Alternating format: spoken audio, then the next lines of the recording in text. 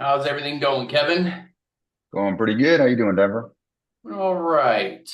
We got some good information to go through today. I know got a good list of people jumping in here.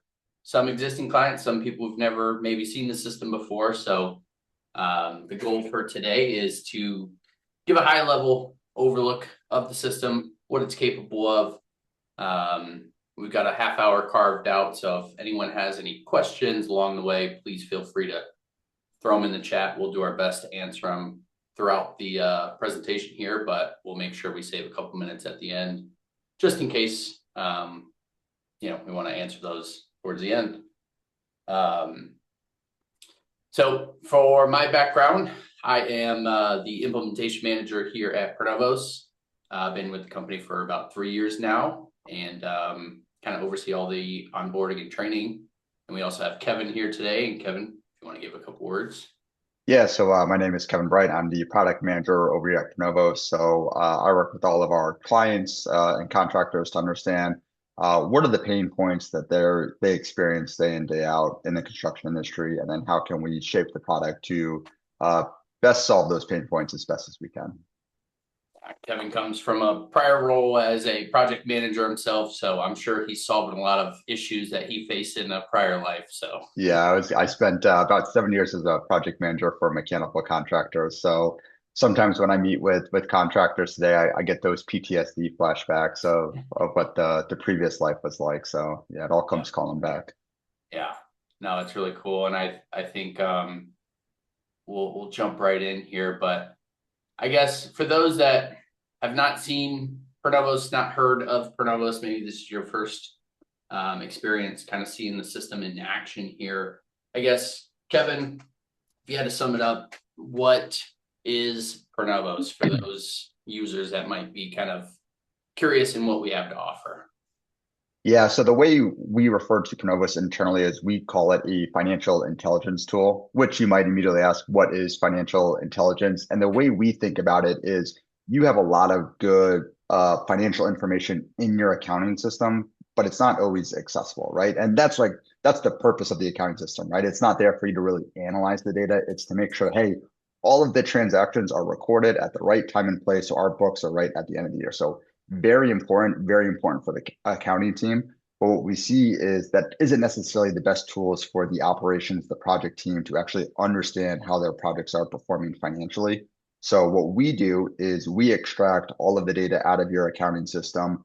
We go through, we model the data, we clean the data, we analyze it, and our goal is to basically present it in a way that really helps the project managers, the project engineers, the whole project team understand where do our projects understand financially and where am I going? So you can kind of take corrective action before issues start to snowball.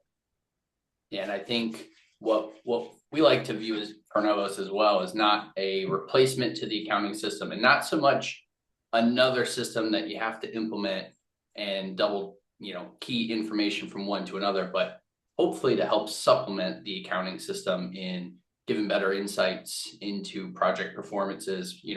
Our age old saying is protecting um, project profits, right? Projecting those or protecting those profit margin gain and fade, but kind of giving it that 1+1 = 3 sort of analogy that you can use this alongside your accounting system to create better efficiencies around, things like the WIP report, forecasting, and really kind of hopefully taking a lot of those reports that you're generating out of Excel and having a dedicated platform to track that information. So I Yeah. think, go ahead, a- Kevin. And before we dive into the specific functionality, I think that's something really important to highlight here is what we see a lot when a lot of people are trying to do different forecasting or job analysis is they spend so much time getting their data out of the accounting system into Excel. By the time you actually have it all figured out, you don't actually spend much time analyzing the data. And what we try to do is we try to make that as seamless as possible. So you're not having to export any of the data out of the accounting system and put it into ProNovos. What we're doing is we have a data integration where every night we sync your data from the accounting system. So anything you enter in the accounting system, you'll see updated and reflected in ProNovos. Yeah. Yep. Yeah. And I think just kind of having that one one-stop shop for all things job related, financial related, and giving everyone kind of that dedicated resource to help manage our projects, to be more proactive in the way that we go about forecasting or reporting, as opposed to we're always looking a month behind, right? Mhm. So let's start with the I always like starting with the WIP report, mainly because it seems to be our most popular function of the system, and I'm sure Kevin can speak to that. But the reason I always like starting here, one, what we find is a lot of contractors are, like Kevin was saying, exporting their data to Excel, managing those monthly reports outside of their accounting system. So they're having to do a lot of data manipulation outside of the accounting system. So what we strive to do here is grab all those endpoints that get us 90% of the way. So our contracts, our budgets, our costs, our billings, but giving enough functionality where I can start making those adjustments to our projected contract value, our projected cost. And as those updates are being applied on the WIP here, so not just simply a reporting tool, but something you can make those updates for. But as you're making those updates, we'll start getting our updated numbers for percentage of completion, our earned revenue, and our over under calculation. So a lot of systems, you can run the report, you can extract the report, but you got to go do the work elsewhere. So this is where we're tying everything together and creating those workflows directly within ProNovos. Yeah, and I think that's really important. And that's why we like to always start with the WIP, is that is kind of where a lot of the financial work begins and ends, right? It's really what your financial health report card is as a company, is how you're performing on each project. So like Denver highlighted, we're going to pull contract, budget, cost, billing, and we can kind of get you started right out of the gate. And then we have that flexibility so you can go in and make the adjustments. One thing that I really like about how we do the WIP report is, I mean, I don't know Denver at this point, but we must have met with over 100 different contractors and say like, hey, show me your WIP report. And about 90% of it always looks the same, but every contractor has their own flourishes, things that they care about, that they want to track. So what we try and do is we try and make it as flexible and customizable as possible. So what Denver's showing here is you can go in and add different columns to the WIP report. So let's say, for example, you really care about all your year-to-date metrics on the WIP report. You can go in and add these. So it really allows you to start from a really healthy place, but then you can also customize it completely to fit your specific needs if there are different data points you want to track. And I don't know what the exact number is at this point, but I think we have like something like 80 different KPIs that we report on that you can add to the WIP. Basically, whenever we talk to a contractor and they ask for something new we've never heard of before, we go add it to the list of columns and make it available to all our users. I'm glad you haven't counted them either, because I don't know how many we have, but I always say we have tons of them, and they're easy enough to add in there. We like, being able to accommodate those requests and, create the report that everyone's looking for out of the system. And to Kevin's point, as we're customizing those columns or groupings or filters, we can create those additional views. So if I have one for the accounting staff, one for the project management team, one for the banks or the sureties or anyone else, you can create as many of these different versions of the WIP. Maybe they have more or less or different information included in them. But once again, giving you the flexibility to view the report the way that you want to, while still giving the functionality to manage the WIP report directly within ProNovos. Now, Kevin, I'm sure you can attest to this, but for those larger jobs, right? For example, $7 million job, $3 million job, it's probably not as simple as just going in here, updating my projections and just saving it, because there's a lot that go into those types of projects. So what we've built out to integrate with the WIP is our cost forecasting tool. So when we go into our cost forecast, we can then see all of our costs broken down. Now, every system calls it a little bit differently. Phases, cost codes, cost classes, they can be kind of interchanged. But the idea here is all of your cost level detail, we're able to see what our budgets are, what our actual costs are, And then with the goal that we have in mind is that this is available to the project team where they can manage those total projected costs. They could manage cost to complete or percentage of completion, or for our labor line items, we can start looking at how many hours did I have budgeted, how many hours do I have left, or how many hours I have left. And what we're doing is taking those hours remaining, comparing it against our working labor rate on the job to then come up with our cost to complete. So any of those metrics you can edit, you can make updates to, and all of the rest of the calculations will then fall in line with that as well. Yeah, this is one of my favorite tools. Maybe it brings me back to my project manager days, but I would say this is probably one of the most important jobs for a project manager, especially when you consider their task related to the financials of a project, is making sure you have an accurate cost forecast. And what we're trying to do here is give them the best tools to get to the most accurate number as possible. So being able to see all of their budget, what the job costs are to date, and then importantly, giving them different ways they can update that forecast. So if they're used to thinking in dollars, they can update, hey, what's my remaining cost to complete on this? If they're used to thinking in percent complete, hey, I'm 50% complete on this, and it will update the cost based on that. On labor, if you're thinking in hours, you can enter your hours. So we try to make it as approachable for the project manager as possible, because it's really important, as I'm sure everyone on this webinar knows, just getting your cost forecast accurate. It is critical to a successful project.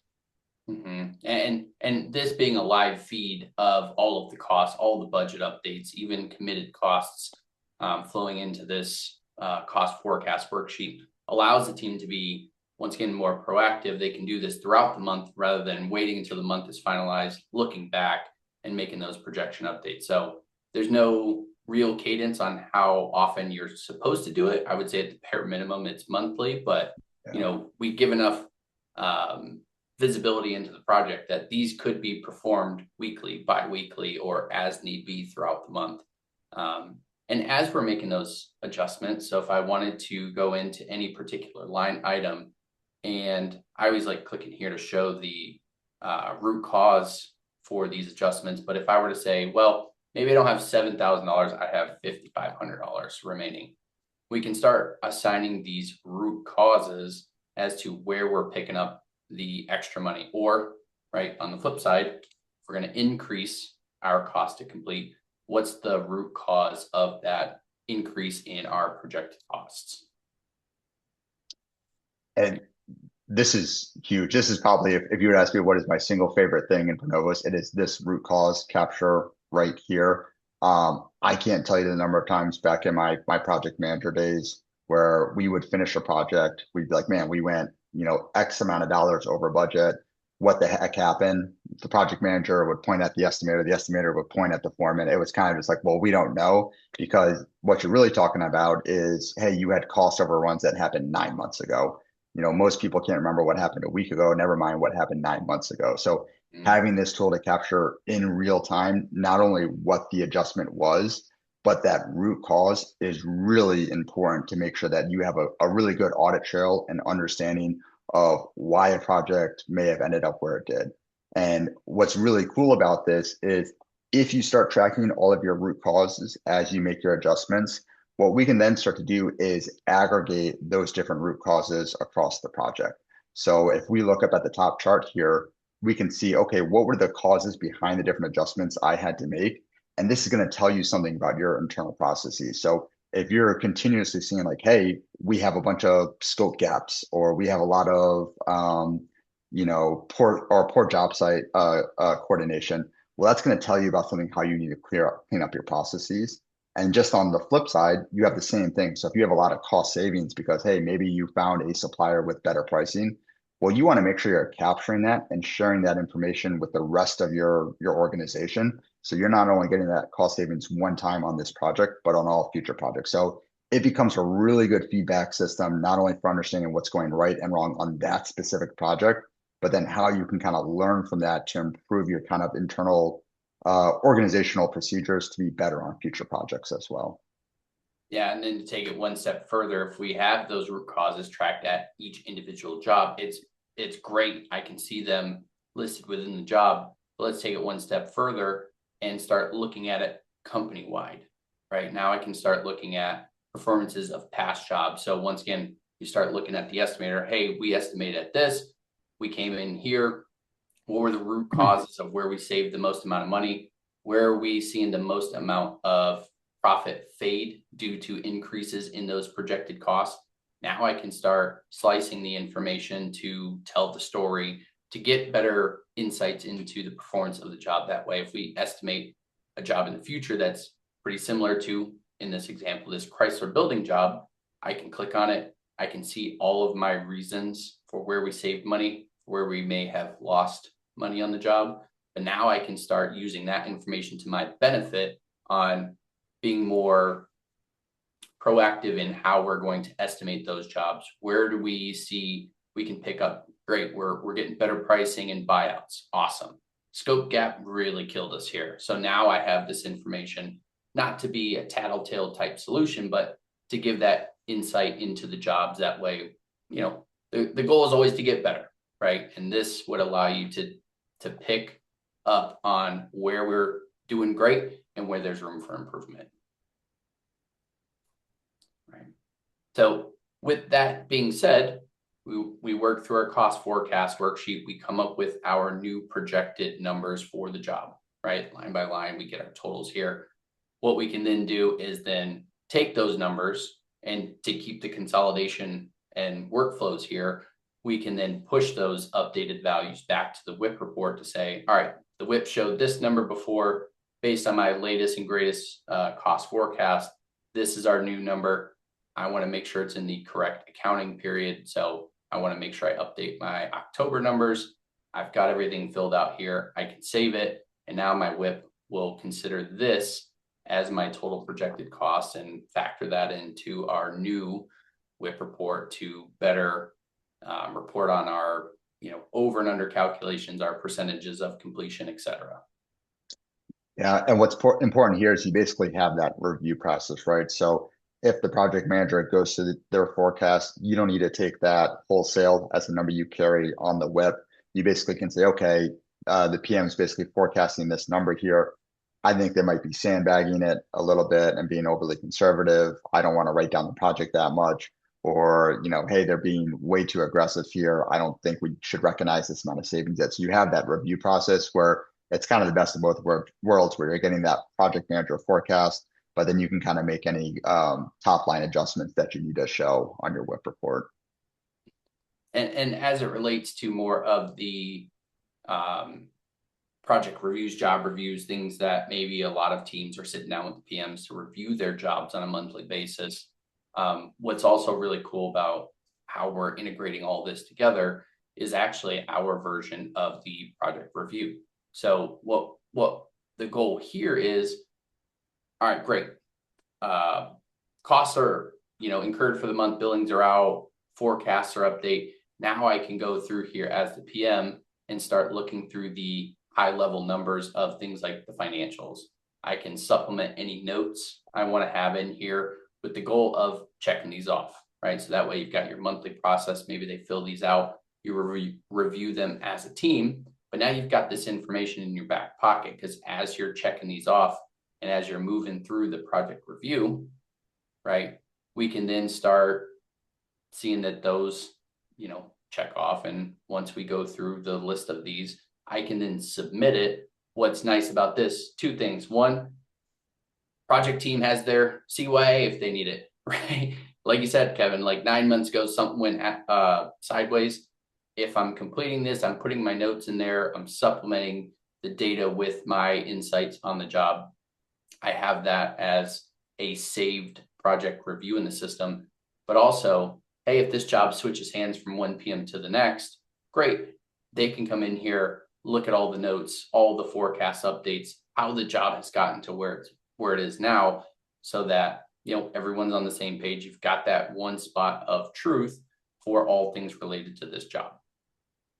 Yeah, and it's really just a great communication tool. Like what we see a lot is basically you have the executive team getting frustrated with the project team where they don't feel like they're getting the full picture on projects, then you have the project team getting frustrated with the executive team, where it's like, hey, they're really torturing me on this or that, and I'm busy trying to manage the job site every day.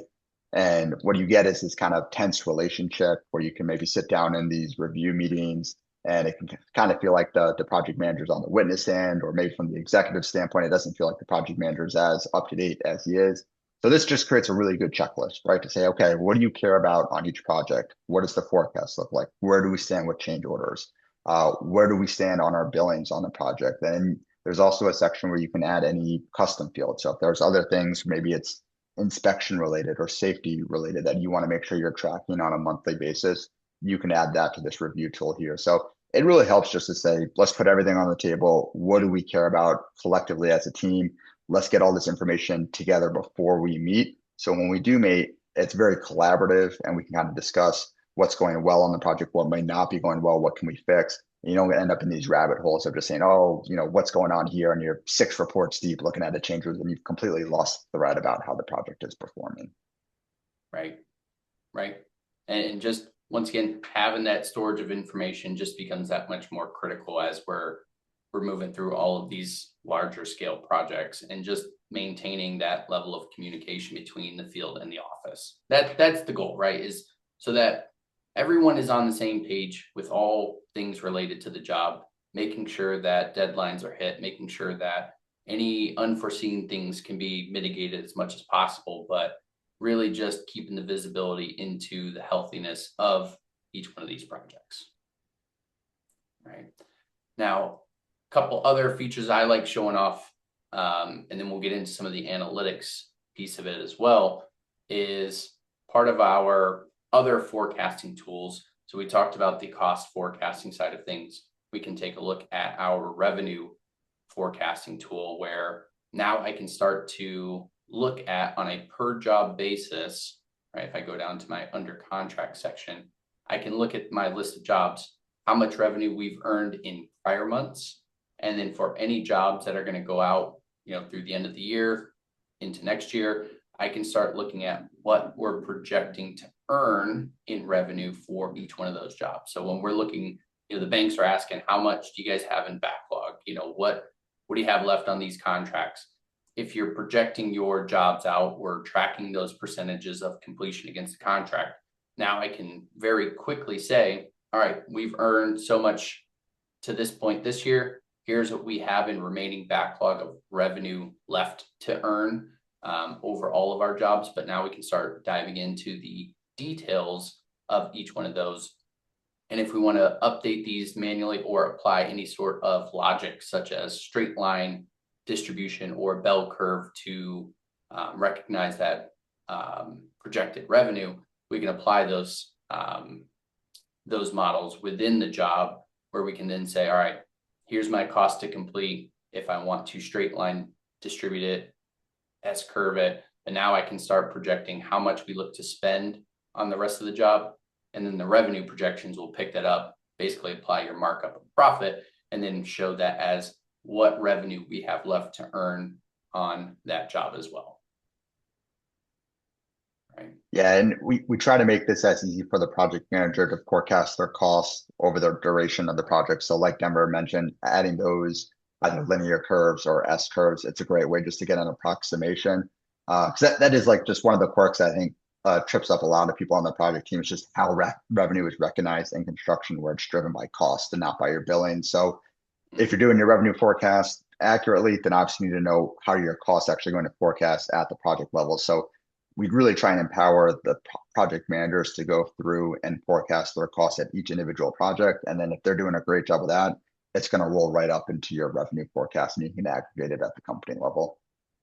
And then, as well as all of our active and under contract jobs, we've got the opportunity to load in any prospective jobs. So any jobs that we're bidding on that, hey, we're going to start this job, January of 26, and we want to put a hold in here and kind of showcase, all right, if these jobs get awarded, what does that affect our backlog, or how does that affect our revenue for the year based on these jobs here? So we can load these in, put them at a part of our schedule, and that way you've got a very good look at what's in the current pipeline, what is upcoming for jobs that we're bidding.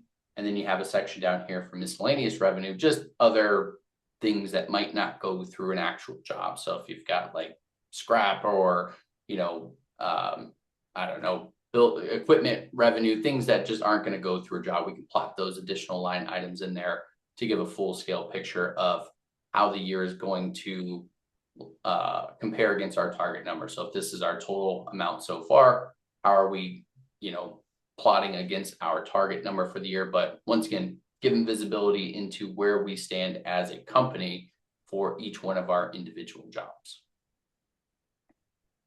Yeah, what I really love about this is basically the ability to do like a what if analysis, right? Say, all right, if we're chasing 12 projects, what does it look like if we win all 12 and we have a banner year? What does it look like if things aren't going so well and we only win two of them? So it can kind of give you that full range of outcomes from the good to the bad and everything in between. Yep. So got a couple minutes left here. I got a few other things I want to run through. We talked cost forecast, we talked revenue forecast. We also, I think, find a lot of benefit for our contractors for a cash flow forecasting tool. And I think the big win here is being able to see what's our on-hand cash, right? Based on which operating accounts or anything that we want to consider part of our on-hand cash. We're pitting that against all of our outstanding receivables, right? Based on due dates for the next 13 weeks. We pit that against our open payables for those next 13 weeks. Now, you can then click in, see what's going to be due. For example, AP payables week of November 30th. Here's all of my AP transactions that are going to be due that week. Do we need to kick those out? So we can then manage those projected payment dates, make sure that if we're not planning on paying this the week of December or, on December 6th, and we want to pay it sooner or later, we can then update those dates here, which will then update the model to show what's our cash positions going to be week after week. And that way, if there's considerations on pulling from the line of credit or not, hey, now you've got the information in front of you. If we're at this dollar amount today, we've got a bunch of stuff coming in from AR, not as much in expenses. So, hey, we're gonna jump up to 300,000. So maybe I don't need to pull from this to pay some of those invoices, or keep that line of credit open as much as possible. But this will help really empower the accounting staff mostly on what's our cash position looking like today and how does it look over those next 13 weeks. Yeah, and remember, because we're connecting to the accounting system and we have all your GL data, we have all your AP data, we have all your AR data, we're able to pre-populate that. So you're not having to come in here and say, all right, let me list out all 32 invoices. I think I might receive this invoice. All of that's going to be automatically populated. And then you're just having to update the projected payment date. And then something else you can do is you can link AP invoices to AR invoices. So if you say, hey, I'm not going to pay out this AP invoice until I get paid by my client, you can link those invoices together, and then that will push your payment date for the AP invoice to be 7 days after the AR invoice.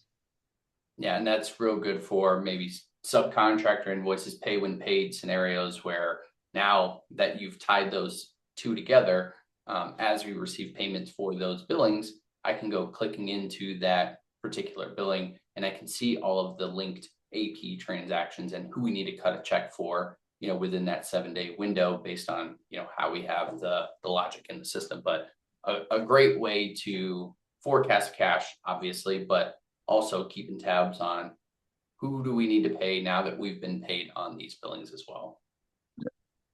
And I think Denver's going to show one more thing, but I know we're coming up on time. So if anybody on the webinar needs to drop, but would like to learn more about ProNovos or some of the tools we have, I'm going to launch a poll question. If you would like to get a demo, we can kind of go through more of the functionality with you.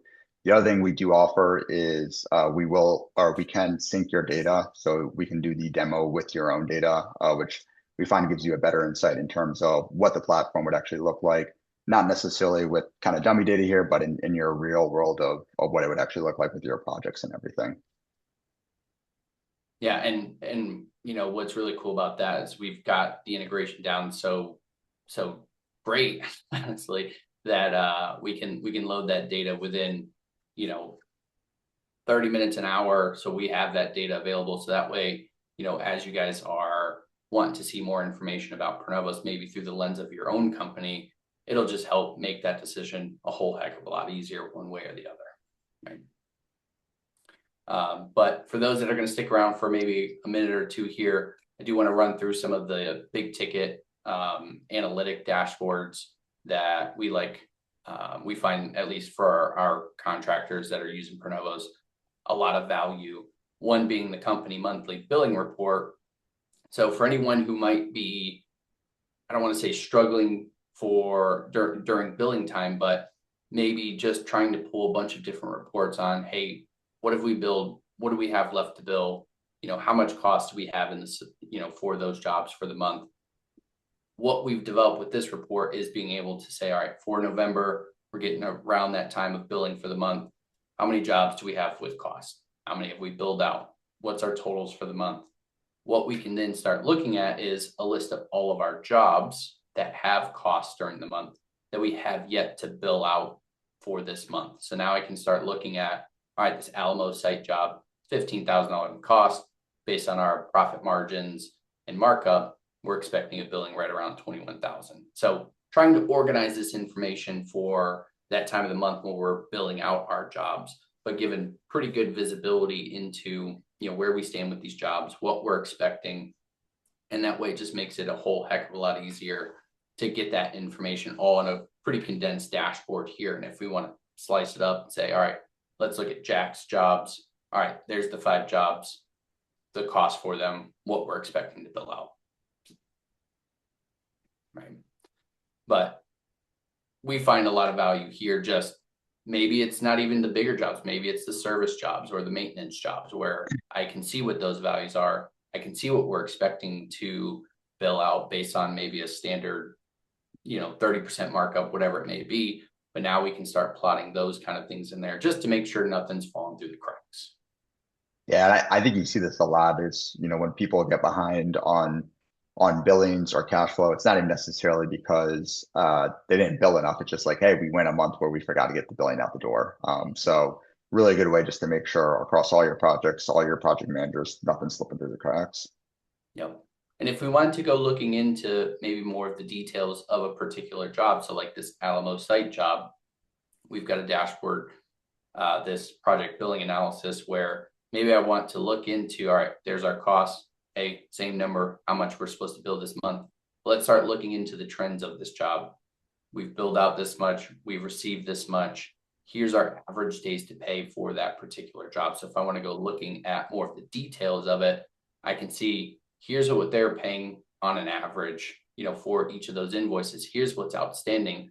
So now it's a good tool to help empower the PMs to say, okay, they're paying on an average of 70 days. We've got this one out there, 79. We probably need to, get in touch with the customer and see what the payment status of those invoices are, because now we can see what those trends, we can see what's out there.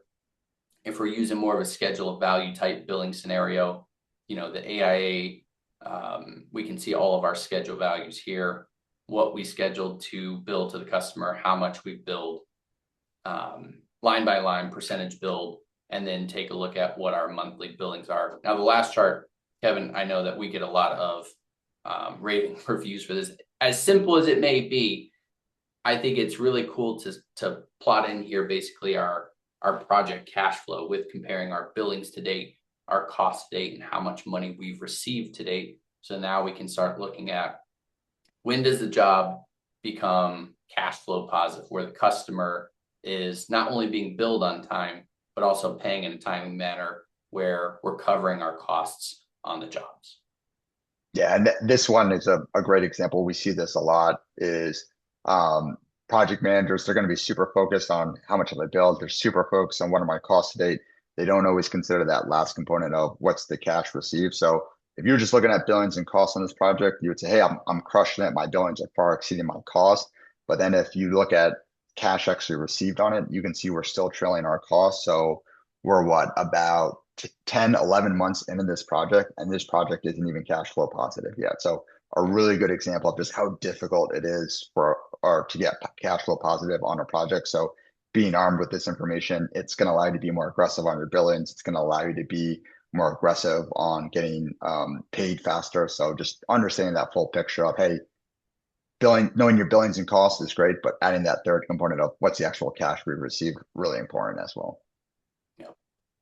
Yeah, absolutely. And the last dashboard I'll go through here is we've been focusing mostly on job level information, billings, costs, etc. I do like showing off the executive dashboard for those that might be, in the C-suite or, the controller or someone who's looking over the company as a whole, where we've got a lot of different KPIs in here where we're showing off, all right, what's our profit to date, revenue to date, if I want to, cut it back to September, because that's the last month we're closed as of. What do our numbers look like? What does our earned revenue backlog look like? What does it look like for how much we have left to bill? On hand cash, so cash this month, debits and credits. What's our total cash available today? AP, AR agings, if we want to go looking into the details, we've got drill downs available to see all that kind of information. But it's really just a nice snapshot of kind of those high level metrics that we like to look for as far as, what's sitting out there 90 days for receivables, or what's our cash positions this month, or, what's our average payroll runs looking like. Just a lot of good information kind of all at your fingertips. And the cool thing about these dashboards is they're completely customizable in the sense that if I don't even care to see the payroll information, I can, clear this out, replace it with some other metrics. If you want to look at revenue per labor dollar, or, any other metrics that make more sense for how you want to, interpret the data, you can go in with a little bit of training, right? But edit these dashboards, create your own versions of them. And that way they become the tools that, you rely on a monthly basis, basically, right? And then supplement it with some job information. It wouldn't be a full executive dashboard if we didn't have job level information in here as well. So we want to sneak peek into more of the history of the job, costs, billings, profit margins, change orders, but lots of good information that you can get out of a single dashboard like what we're seeing here. All right. I think that's what I have on my list to go through here. Kevin, any final words or advice for anyone that might be considering something like ProNovos? I think the biggest thing is just trying to get better access to your data. We all know we have lots of data we can look at and analyze. It's really just about making sure you can surface it so you can make the best decisions on your projects. One thing that I firmly believe is that typically when things go wrong on construction projects, it's very rarely because somebody screwed up or somebody was bad at their job. It is almost always just because something was not caught in time, and something that would have been a very small nuisance or an easy fix snowballs to something major and out of control. And that's really what we're trying to help contractors do, is just identify those warning signs earlier so you can be more proactive rather than reactive when looking at your project financials. Yep, couldn't agree more. Yeah, I mean, just the visibility alone is super critical for all things related to the company's health, project health, etc. But we'll hang out here in case anyone has any questions for the two of us today. If not, then we can get you guys on your way, and we'll make sure that we will have this recording up on the website so that you can view it at any point.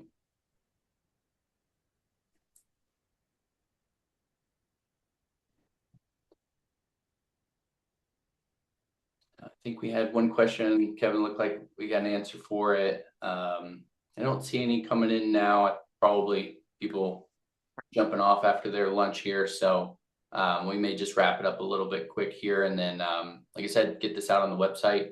And if you guys have any questions, feel free to reach out to the team here. We're more than happy to help out, or even just talk through any questions you just may have about features or functions or anything like that. So feel free to reach out to myself, Kevin, or anyone else that you may feel more comfortable with talking with. So if if nothing else, we appreciate everyone who was able to join us today, and we will have more of our webinars and presentations here in the near future. Right. All right. Thanks, Timber. Yeah, thanks a lot, Kevin. All right. All right, we'll Have a see good one, you. everybody.